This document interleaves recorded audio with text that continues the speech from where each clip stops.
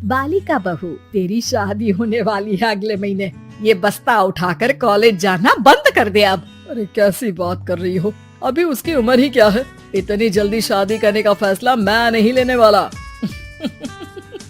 फैसला लेने के लिए तुम्हें कहा किसने है? अरे मैंने कह दी शादी है तो है अगले महीने। बेचारी अमिता करती भी तो क्या, छोटी सी उम्र में बन जाती है अपने से 2 गुने उम्र के आदमी की बीवी। शादी के बाद देर रात पति घर आता है। खाना लगाओ, भूख लग रही है। अमिता खाना लगाती है। ये क्या बनाया है? वो सारा खाना फेंक देता है। कर्म ही खराब थे जो इतनी कम उम्र की लड़की से शादी करा दी। तभी वहाँ अमिता की सास आ जाती है। अरे हमें क्या पता था कि ये इतनी कामकाज में ढीली है। इसकी माँ ने तो कहा था रॉकेट की स्पीड से काम करती है। अमिता को आए दिन ससुराल में ताने, गालियाँ और कभी कभी तो मार भी पड़ती। सुन जा, अपनी माँ को बोल 50,000 रुपए भेजे, फ्री में नहीं रखना है तुझे। अरे मेरी एक आँख का ऑपरेशन भी तो करवाना है। अमिता को सास घर से निकाल देती है। अमिता परेशान होकर मायके की ओर जाती है। वो घर तो पहुंचती है लेकिन वहाँ ताला लगा है। अरे अमिता बेटी, क्या हाल बना रखा है तेरे पति ने? कहाँ है वो? अमिता पड़ोसी के सामने रोने लगती है। मुझे नहीं जाना उस घर में चाची। मेरे मम्मी पापा कहाँ है? उन लोगों ने तो ये मकान छोड़ दिया बिटिया। वो लोग तो कहीं और शहर चले गए। तुझे नहीं बताया? अमिता जोर जोर से रोने लगती है। नहीं बताया कि क्या कर गए माँ पिताजी मेरे साथ। मेरी जिंदगी तो ढंग से भी खराब है। अब मैं क्या करूं? अमिता रोते हुए वहाँ से जा रही होती है कि उसे एक औरत मिलती है। अरे सुनो तो, रो क्यों रही हो? तो क्या करूं? हंसू? अमिता उस औरत को अपनी सारी कहानी बताती है। देखो, मेरा सिलाई का काम है। अगर तुम चाहो तो मेरे साथ ये काम कर सकती हो। बदले में मैं तुम्हें रहने की जगह, खाना और 1 दिन का 100 रुपया भी दूंगी। अमिता कुछ सोचती है और फिर उस औरत के साथ चल देती है। अब क्या था, अमिता की जिंदगी अपने मायके और ससुराल से दूर एक नए सिरे से शुरू होती है। रहना खाना फ्री होने के कारण अमिता रोज का पैसा बचा लेती। वो आसपास के लोगों के भी कपड़े सिलने लगी। और एक दिन सिलाई सेंटर की एक औरत कहती है, अरे वो साड़ी की कंपनी है ना, वो बिक रही है।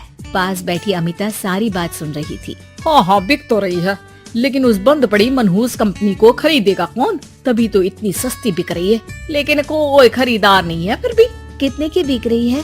अरे पूरे 5 लाख में मशीनों के साथ। लेकिन यहाँ कोई लेबर काम नहीं करेगा। पुराने मालिक ने किसी को पैसे ही नहीं दिए। उन लोगों ने कहा है कि जो नया मालिक आएगा वो लोगों को पैसा देगा। 5 लाख। अमिता घर आती है और अपने पैसे गिनती है, पूरे 3 लाख। अमिता सिलाई सेंटर वाली उस औरत के पास जाकर कहती है, चाची मैंने इतने साल की कमाई में ये पैसे जमा किए हैं, पूरे 3 लाख है। वो बंद साड़ी की फैक्ट्री मैं खरीदना चाहती हूँ। अरे अमिता, पागल हो गई हो क्या? वो 5 लाख की बंद मनहूस फैक्ट्री खरीदेगी, फिर लेबर का बकाया पैसा देगी, और वो फैक्ट्री चलेगी कि नहीं ये भी कोई नहीं जानता। लेकिन अमिता नहीं मानती। वो उस औरत से कहती है कि वो उस फैक्ट्री को खरीदना चाहती है और खरीद कर ही रहेगी। औरत भी अमिता की मदद कर देती है और फिर अमिता के नाम एक साड़ी फैक्ट्री हो जाती है। शुभारंभ वाले दिन अमिता लेबर से कहती है, मैं इस फैक्ट्री को दोबारा खड़ी करना चाहती हूँ। आप लोग इसमें माहिर हैं। मैं नहीं जानती कि पहले वाला मालिक के काम करने का क्या तरीका था, लेकिन मैं अपनी योजनाओं के साथ आई हूँ। मेरे पास आप लोगों को देने के लिए अभी तो पैसे नहीं है, लेकिन मैं वादा करती हूँ 3 महीने में आप लोगों के पैसे ब्याज सहित आप लोगों को दे दूंगी। और ये क्या बात होती है? हम सारा दिन फिर से काम करें और पैसे ना मिले तो हम खाएंगे क्या? सिर्फ 3 महीने की बात है। वैसे भी आप लोग बिना काम के यहाँ नए मालिक के इंतजार में बैठे ही थे। मैं काम करना चाहती हूँ और 3 महीने में सारे पैसे देने का वादा भी करती हूँ। लेबर आपस में सलाह करते हैं और अमिता की बात मान लेते हैं। सिलाई सेंटर से मशीन, सिलाई और कपड़े के ज्ञान में माहिर हो चुकी अमिता सभी के साथ मिलकर खुद काम करती। शहर और दूसरे शहरों में घूम घूम कर साड़ी का डिजाइन दिखाती और ऑर्डर लेती। अमिता को कई जगह से ऑर्डर आ जाते हैं। कई लोग उसके काम को सराहते तो कई आलोचना भी करते। अरे बड़े बड़े व्यापारी बैठे हैं, यहाँ तू कहाँ टिकेगी? लाओ दिखाओ कैसी साड़ी बना रही है तुम्हारी फैक्ट्री। अमिता उन लोगों को साड़ी के डिजाइन दिखाती है कि तभी वहाँ व्यापारी की बीवी आ जाती है। हाय रे, कितनी प्यारी साड़ी है ये। बड़ी महंगी लगती है, मेरे लिए ले लो ना जी। और हाँ, अपनी दुकान में भी रख लो इसे, बहुत बिकेगी मैं कहती हूँ। अमिता मुस्कुराती है। अरे सेठ जी, बड़े बड़े व्यापारियों से नहीं, पर अच्छी डिजाइन और क्वालिटी से बाजार में चलती है। अब बताओ कितने का ऑर्डर है आपका? धीरे धीरे अमिता का आत्मविश्वास और बढ़ता है। बड़े बड़े ऑर्डर्स के लिए वो खुद लेबर्स के साथ मिलकर सारा दिन सारी रात काम करती। और फिर वो दिन भी आ जाता है जब अमिता को लेबर को पैसे देने होते हैं। मैं आप लोगों से 3 महीने बाद आज के दिन ये बात करना चाहती हूँ कि मैंने जितने पैसे देने की आपसे बात की थी उतने मैं नहीं दे सकती। हम लोग जानते थे कि पर आपकी कंपनी तो फायदे में है, फिर हमारे पैसे क्यों नहीं देंगी?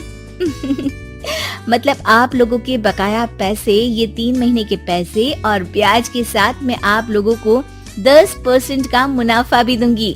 सभी खुश हो जाते हैं। मेरा कोई परिवार नहीं है, लेकिन दिन रात आप लोगों के साथ काम करके मुझे आप लोगों में ही अपना परिवार दिखता है। अमिता की फोटो पेपर में छपती है। उसके बिजनेस मॉडल को पढ़ने के लिए कई बच्चे भी उसका इंटरव्यू करते हैं। अब अमिता 1 से 2 और 2 से 4 फैक्ट्री खोलकर देश में बड़ा नाम कमाती है।